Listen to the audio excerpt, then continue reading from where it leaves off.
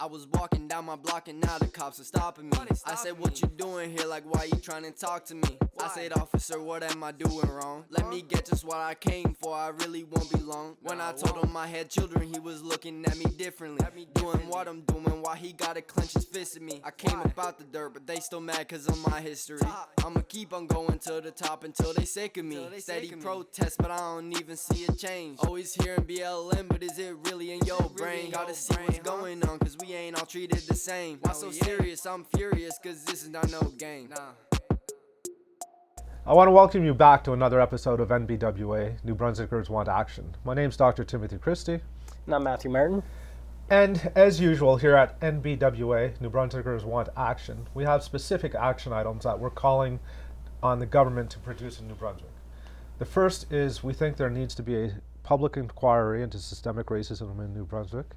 We want critical race theory to be included in the education curriculum in a meaningful way. And we also think that racial discrimination should be made a crime under the Criminal Code of Canada.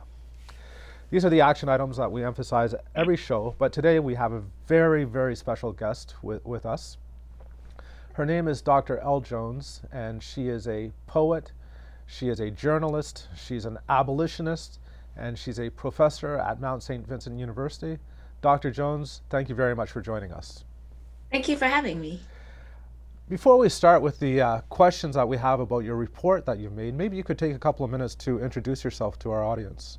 I teach at Mount St. Vincent University in Halifax. I'm in the Department of Political and Canadian Studies. And I came to that department and the work we're going to talk about today on the report that was produced in Halifax on defunding the police. I came to that work really through a history of activism and advocacy as well. So for over a decade, I've worked very closely with people in prisons. We provide connections to legal supports, court support, a lot of the reintegration that we need in communities. So trying to connect people with housing, connecting people with culturally appropriate care, those kind of things. I also do a lot of work intervening in deportation and with migrant workers and other people. So at various sites of state violence. So the prison system, but also the other ways that people experience policing and criminalization at our borders, in forensics hospitals, women that are experiencing violence or abuse in shelters or other sites. So I really come to this work from that work through really a deep immersion in what the impacts of trauma are, the ways that people are criminalized, and the sense that the systems that we have set up right now are not doing anything to intervene in harm and are not helping people heal or help our communities actually be safe. Looking at your report, I was wondering if you could provide kind of an explanation of what defunding the police means, but also in the report, there had been 36 recommendations. Of those, what would be the most important to start to look at defunding the police today? To provide a little context for our viewers, defunding the police, which Dr. Jones will explain, really started coming to light most of recently with the murder of George Floyd. And from there, a lot of municipalities and governments have been discussing and looking at ways of what defunding the police is, what it could look like. So again, if you could just explain what defunding the police is, but also of your 36 recommendations, what would be the important one to look at to start today?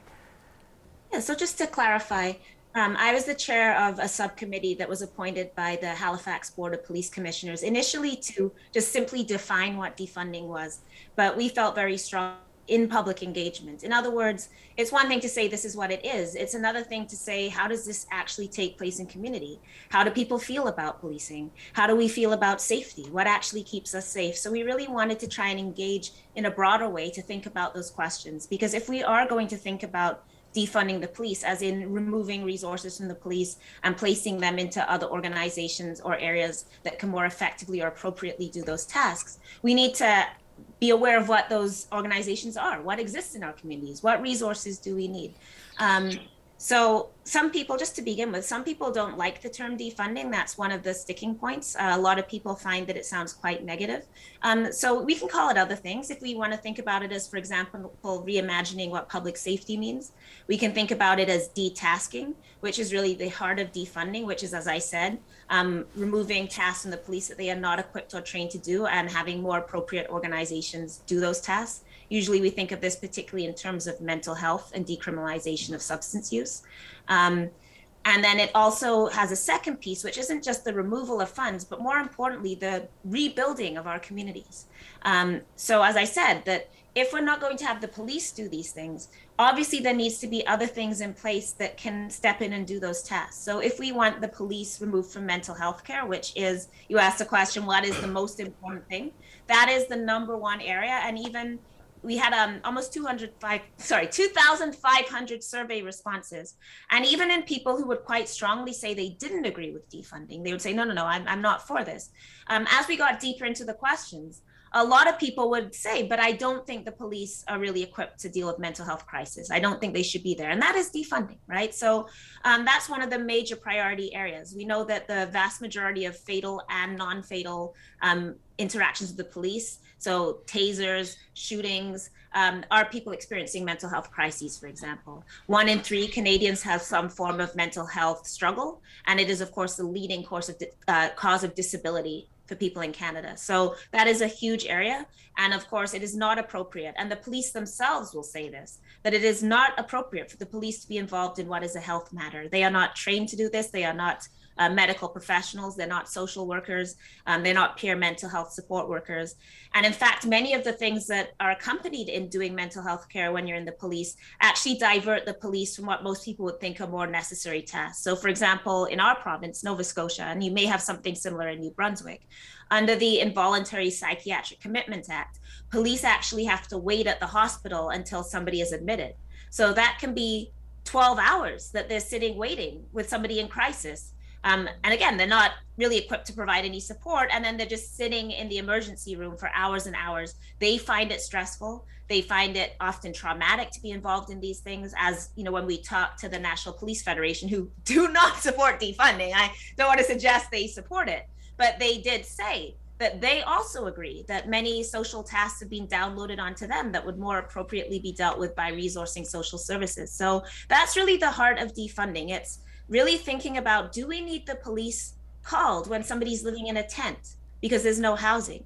What happens here? So we spend, millions of dollars clearing an encampment. We give people tickets they're never going to be able to pay. It involves them in a cycle of criminalization because they can't pay the tickets. So they end up breaching and having more on their records, which down the line can end up involving them in a cycle of incarceration. And it does nothing to put people into housing or to, promote safety of our neighborhoods. So that's an example of what is the point there. Why do we call the police to deal with something that is clearly a social issue? And many provinces are experiencing a housing crisis. If somebody is having a health crisis, why do we think the police are the most appropriate call when, again, the police are not trained to do that work?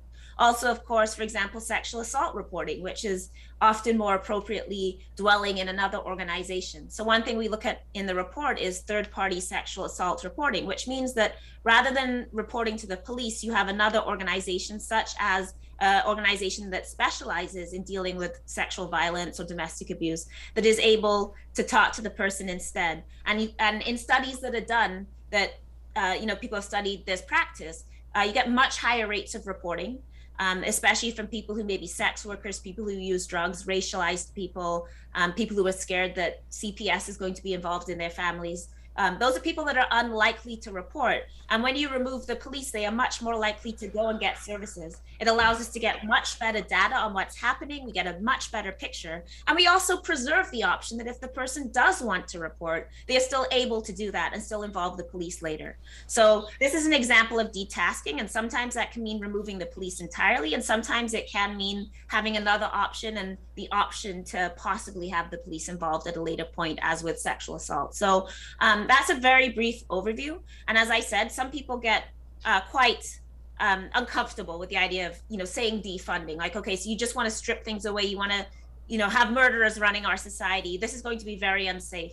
But what we're actually trying to do is replenish our society. Think about public safety differently. Think about how we live in community differently, and really try and resource the right places to deal with social harms, to deal with things that are caused by trauma or things that are caused by a lack of social resources, and try and resource those appropriately instead of relying on the police to do things that they really shouldn't be here to do.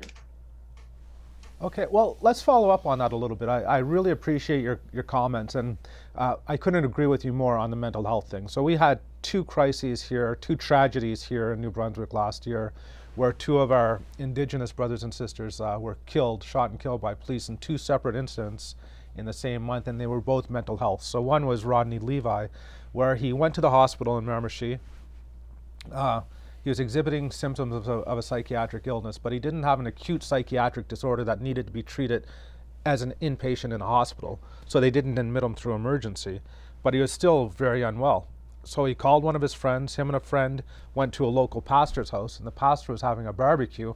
And at the house, he asked them to call an ambulance.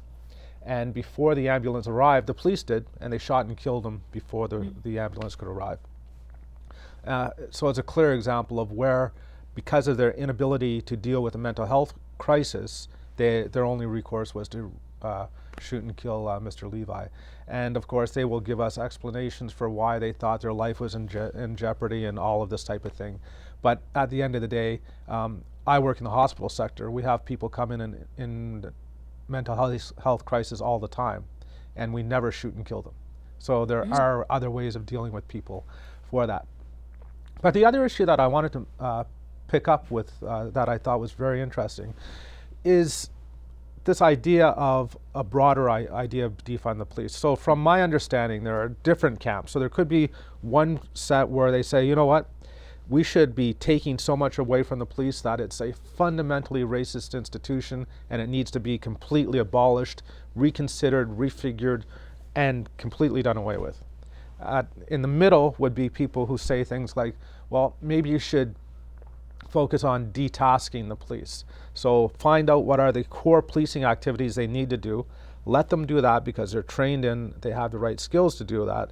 But all of the other things, like we mentioned, mental health, sexual assaults, traffic enforcement, those types of things, you don't need armed police officers to do. On the contrary, though, we would have people who say, we can't have a lawless society.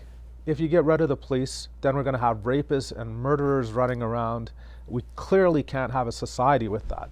And from my studies on this issue, it seems to me like currently we have very heavily funded police and we have rapists and murderers in our society. And the police don't really prevent those, they investigate them. So if one of these violent acts have happened, they might do an investigation, eventually find the person. So the only prevention they would do is if they find the rapist or the murderer, they can put them in jail, and then hopefully we've prevented future ones, but they clearly haven't prevented that one.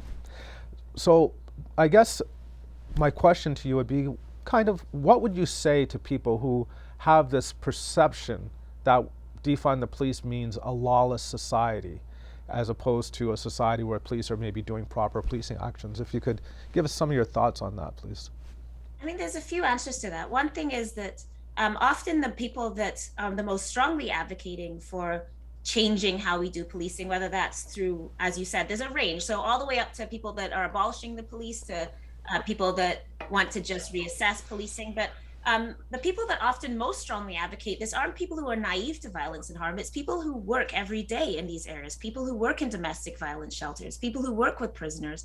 So it's not about being naive to harm and being like, oh, you know, harm never happens. People just need hugs. It's actually about recognizing that what we're doing now doesn't work in any way. So to use sexual assault as an example, and I am a Black woman, so from a group of people that are highly vulnerable to sexual violence, right? Black women are very, very harmed by sexual violence in our childhood, all through our lives.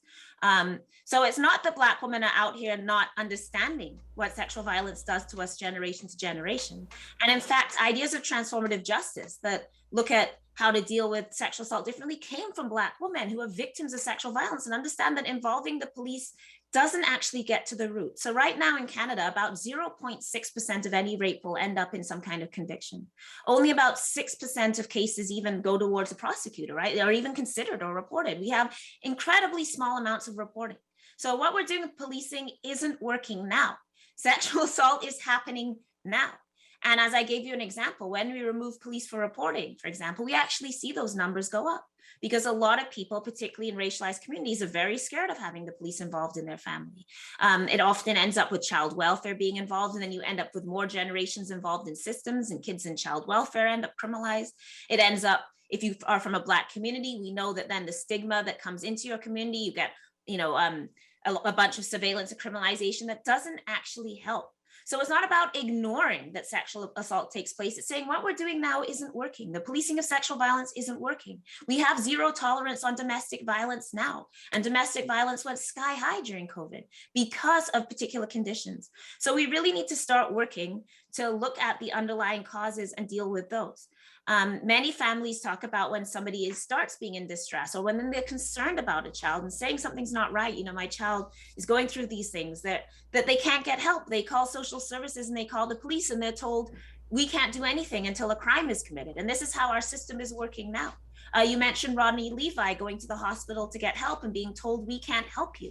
So all these people, all these things, we have so many red flags often when trauma is happening, when violence is beginning to happen. And instead of intervening in it then, we don't have the resources. So we're waiting until a crime is committed and then saying, okay, now we bring in the police. So the first part to say is what we are doing now is not working to prevent harm. It's not working to teach us how to intervene in harm in our families and communities, how to deal with conflict, how to actually address violence in our communities. Because, and especially if you're from like a Black or Indigenous community, the police aren't even from our community. They don't live within our community. They're not, people that understand you. And what we find out is more effective is often having people in community that are able to do those interventions, that are able to come and support families, that are able to hold people accountable. So that's the first piece, that we know that what we're doing now isn't working for so much of how people are experiencing violence. The second piece I'd like to say is that Nova Scotia during COVID was actually in the first wave.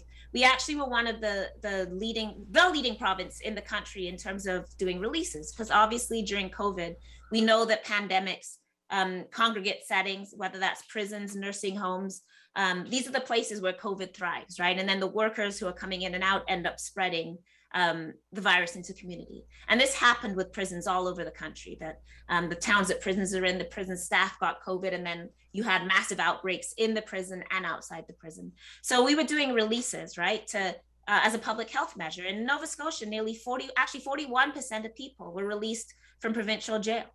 It costs over $300 to keep one person in provincial jail for a day. It costs about $125 to provide that person with supportive housing, which included things like groceries, the support of a social worker, so less than half. And we didn't see a crime wave. It wasn't like suddenly all these people were roaming our streets committing crime. There was no spike in crime. So what that shows us is we're so unnecessarily incarcerating and policing so many people. Our remand numbers on any one day are between 2/3 and 80% of a jail now. And we're spending all these resources to hold people who haven't been convicted of crimes when they actually can be housed in community with more supports that actually intervene in what is wrong, whether that's drug use and addiction, whether that's mental health, whether that's history of trauma. Some people are violent, obviously, not everybody is just, but there are also interventions into that. So I think it's also important to say that I don't think anybody thinks that, we could do this tomorrow, right? When we did the report, we didn't recommend a number.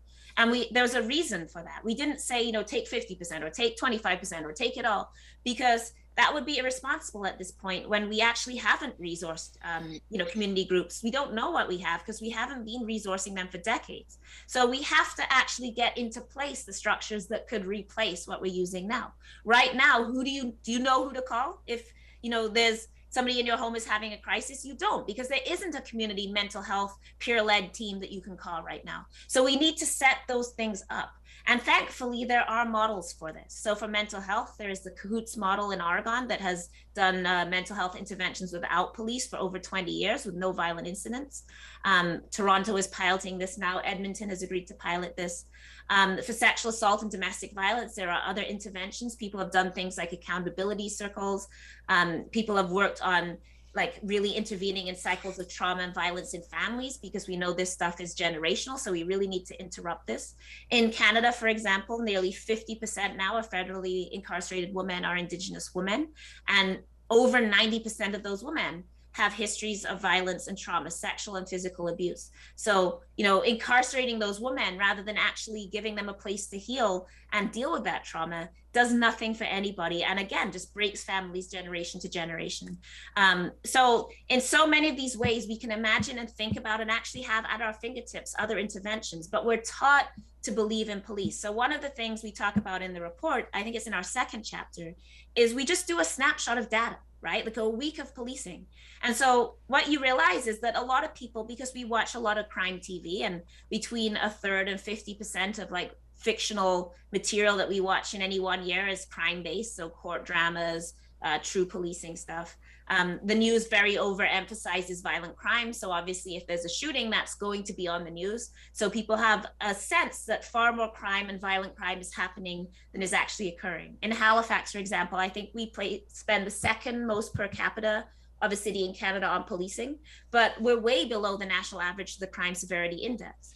There isn't a connection between getting more police and the crime rate. And in fact, the crime rate has been steadily dropping, but we've been funding the police more and more and more. And so there's no relation. We just fund the police and there's no relation to what we're actually experiencing. So people kind of believe that the police are out here every day, like catching serial killers, because that's what we watch on TV.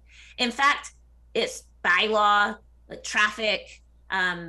The vast majority of police salaries, funding goes into salaries. It's not into what people imagine, like police walking the beat in your neighborhood. It's not, it's into salaries.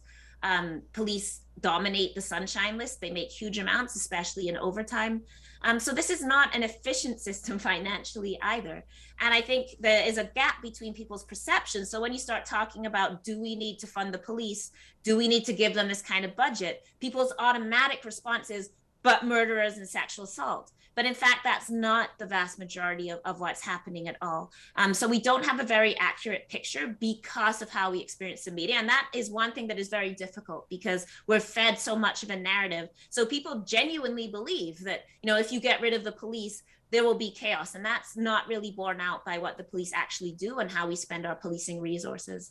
And then the last thing I'll say on this is, we know that policing is inequitably distributed, right? Meaning that certain communities experience the police and certain communities don't. This is interesting when you talk about traffic, for example, right? So we recommended red light traffic cameras in our report, and people get quite angry about this. This has been a bit of a bugbear of conservatives, for example. They really dislike traffic cameras. And part of the reason is that now everybody, like if you're speeding, it doesn't matter, right? There's no race involved in that. It's like either you're speeding or you're not. So when people start experiencing policing, they get angry that they're now being policed, with the implication often being that it's okay as long as we're being policed, right? So street checks, that's fine. Racial profiling, that's fine because those people are dangerous and need to be policed, but how dare you give me a traffic ticket? I will say, by the way, that when we recommend traffic cameras, that data should not be held by the police because they can misuse that data. It needs to be held by like the transit department, right? But that's an example of how often people's belief in the police isn't even about crime and policing. It's about a broader narrative around authority and control and discipline. So for Black people, there's an ongoing belief since slavery that, you know, we need to be disciplined and controlled or we will wild out and commit crimes, right? And this is a narrative that goes back to enslavement. If anybody's watched 13th by Ava DuVernay, it's a great documentary on this. And it talks about how once the control of slavery is removed, then you get a narrative coming in that Black people will rape white, you know, Black men will be out here raping white women if they're not controlled by slavery. And this becomes a narrative that underlies the criminalization of Black people. And in fact, of course, the violence is not coming from Black people to white people. The violence was white people enslaving, terrorizing, lynching Black people, and then projecting that violence. So these kind of narratives are not about actually what the crime rate is or actually what keeps us safe. People may not understand this because they're absorbing the narrative, but it's very much about who is part of the public. Who do you think deserves to be safe and who is seen as other? So when we say we need the police to come and, you know, find this person who's asking for change, that's about our discomfort with someone who's homeless, not about the idea that asking for change is actually criminal. When we want the police to stop somebody from sleeping on a bench, that is about our own discomfort. There is nothing criminal about sleeping on a bench. It does not make us unsafe, right? So this is about other narratives. Like, why do we criminalize drug use? There is nothing that says that it is effective, no matter how much you criminalize drug use. With like 50 years into a war on drugs, George Floyd also was partially about the war on drugs, right? It was alleged to be on fentanyl. That was Derek Chauvin's defense in court. Well, he was high, right? He was on drugs, so he doesn't count. He can be killed. So criminalizing drug use has stigmatized drug users. It has prevented people from getting treatment. It has actually made the supply unsafe. And we know that safe injection sites, peer support, safe supply, these are things that actually reduce harm. So we're also very attached to narratives that are about, who has power, who is dominant, and who we see as not belonging to us. Queer people, trans people, sex workers, Black people, Indigenous people, people who use drugs, people with mental health, people who make us uncomfortable. And then we think, I need something to come and control that, and that's the police. So I think we also need to be really mindful of where our idea of policing and punishment comes from, and also try and dismantle that a bit. Because until we do that, we won't actually, as a society, want to effectively deal with reducing the scope of policing. The police are engaged in so many institutions in our communities, right? Inside schools, in hospitals, in all these places. Because right now we think of safety through this lens of punishment, and not through other things like everybody having housing, everybody having food, accessibility of childcare, living in a racial bias-free society. So we also really want people to start rethinking why we call the police, and what is it in us that believes that some people are deserving of incarceration or punishment, and other people are deserving of freedom, and other people, live a different kind of life. One thing that you said that really, I think should stick with people is when we look at the fact of, as you mentioned, kind of installing red light cameras and people getting angry about that. I think it should speak volumes, because if you're upset over something that is technology, and although there's been some science behind how technology sometimes can discriminate, but say we can take that factor out, and you're still getting upset where now here's a system that's put in place that's no longer going to discriminate, and you're just as equal now to get a speeding ticket in comparison to a Black individual, and then that upsets you, and statistically, racialized community groups, or racialized communities and priority neighborhoods, which are usually made up of racialized community members, are policed heavier.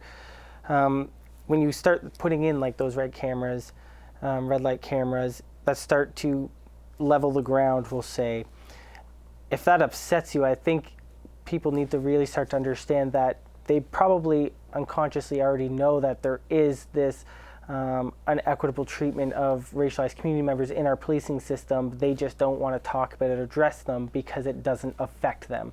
And I think the whole conversation around defunding the police is normally individuals who aren't for it are because they live in affluent neighborhoods where they phone the police and the police are there quickly because their $500,000 home or $1 million home was broken into, and they receive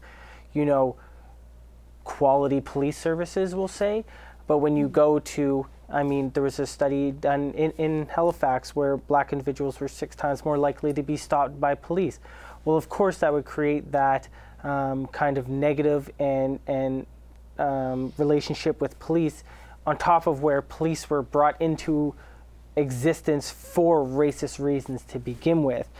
Which leads me to our next question is, would defunding the police be enough? So, to provide an example, in our last episode, we talked about an Indigenous woman named Miss Frenchman. She was locked out of her home by her partner, who was enraged. She locked her out. Their son and himself were still inside. She had phoned the police because it was a violent situation. She phones the police. They arrive. And subsequently, she is arrested and being accused of being intoxicated. So they arrest her because of their own bias or unconscious racist bias that they have towards Indigenous community members. She's arrested, and ultimately the partner kills the small child. And this raises the question of, is defunding the police going to be enough? Because racism is heavily ingrained into policing. So, in your opinion, would defunding be enough to handle those racist police? And if not, what do you think is going to take the racism out of policing? Yeah, thank you. That's a good question. That was sort of implied in the last piece where I was talking about the ideology behind policing. So police are the most visible sign of this, right? That literally who arrest people. But policing itself is an idea, right? Who we think needs to be policed. So a really common example is like, a corporation can, the banks that, stole billions of dollars from people during the bank crisis don't get sent to jail. You steal $50 from Walmart, you're going to jail, right? Like crime actually isn't fair, right? Corporate polluters don't go to prison. People who kill people on their work sites through negligence get small fines, and on and on. So we know that not everybody, again, is punished in the same way. And that shows us that policing and crime is a representation of something. There's an idea behind it, if that makes sense, right? And so this all isn't on the police. We believe and invest in policing for other reasons, social reasons, around who is deserving, around stigma, around othering people.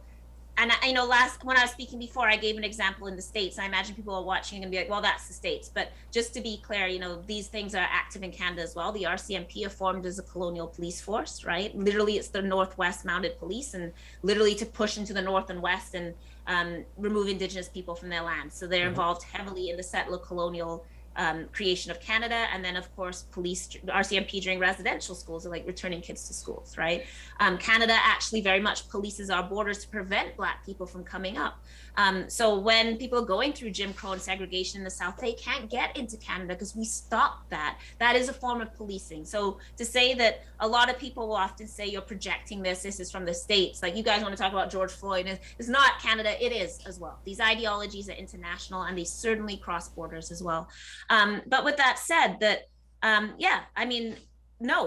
police reflect a racist idea, and they grow up and expand and get funded in response to those ideas, but they're not the sole area that this takes place. Our schools are racist, and we see punishment and policing in schools. In my city, the last time they did numbers, 1/3 of suspensions in the Halifax School Board are Black kids. Or Black kids are 3 times over suspended. And we see that consistent wherever we have numbers, right? That Black kids are highly over policed in schools, suspended more. We see, little Black kids, 4-year-olds, 5-year-olds being taken out in handcuffs by police when they're experiencing, they're upset or they're neurodivergent.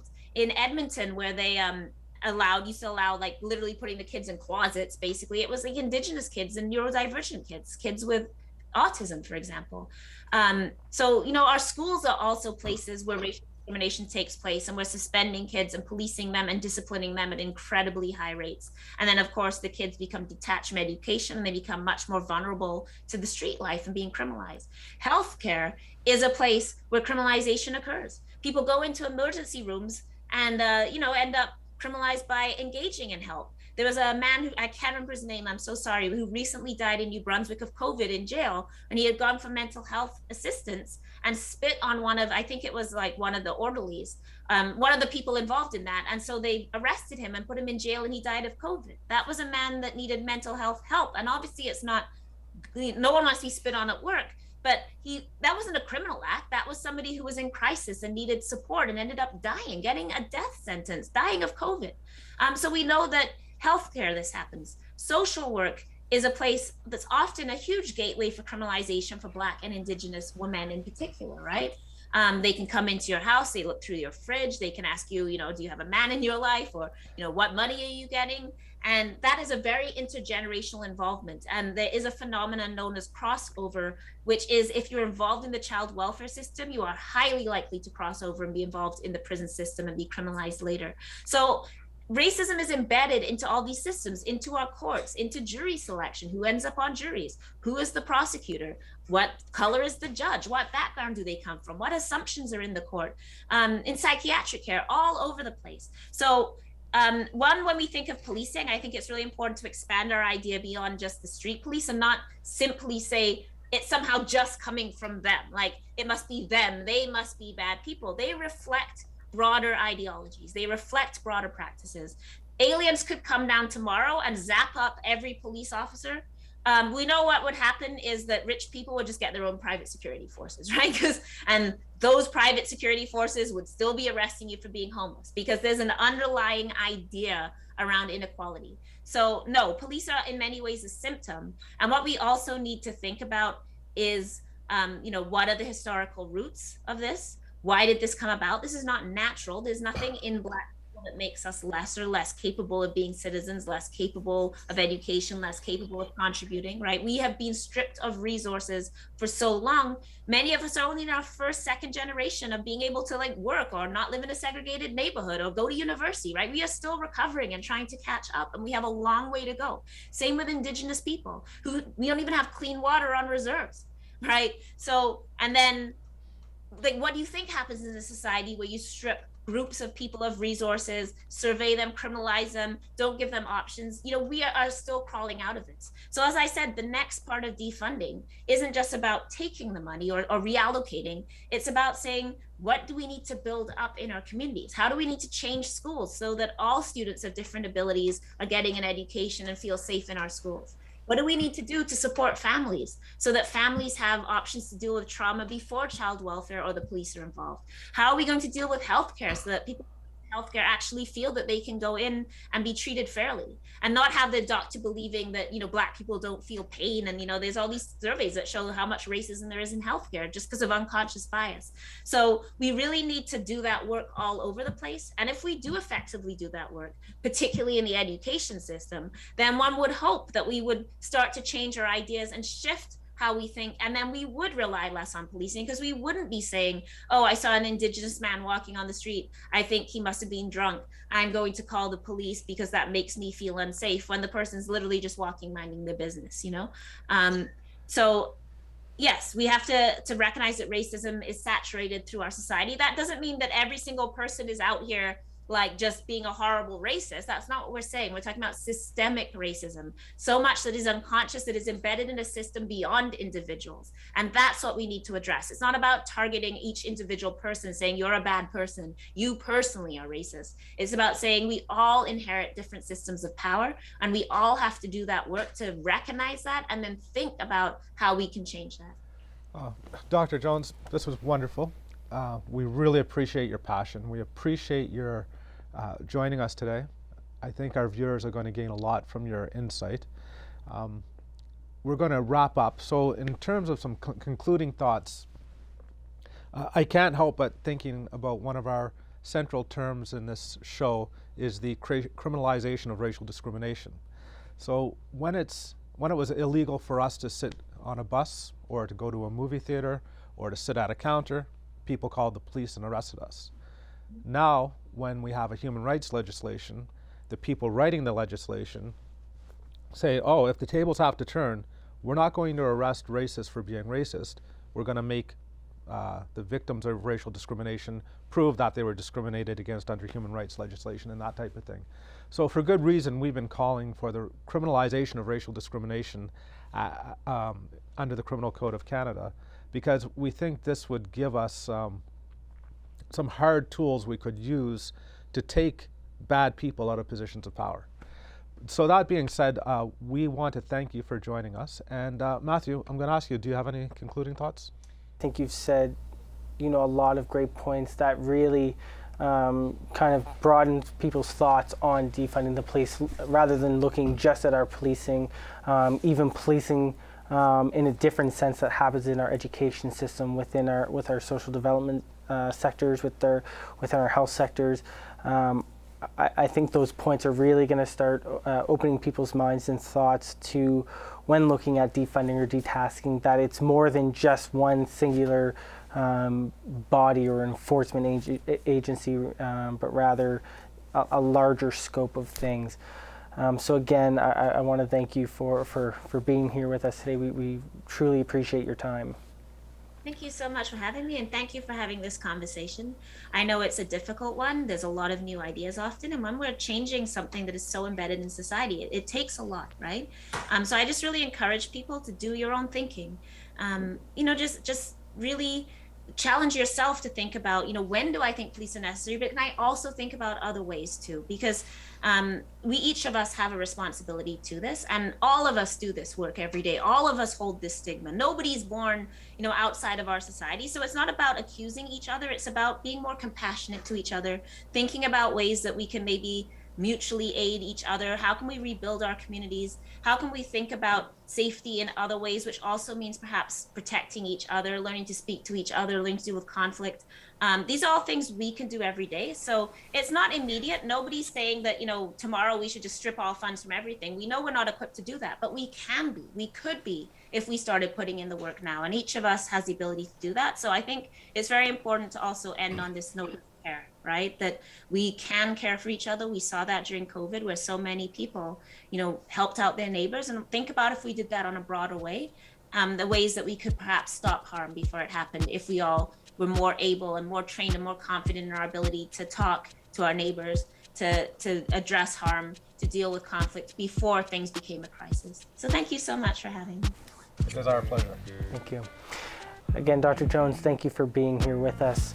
For our viewers at home, if you have any questions, comments, or any topics that you would like us to discuss, feel free to send us an email at nbwa@chco.tv. My name's Matthew Martin, and Black Lives Matter.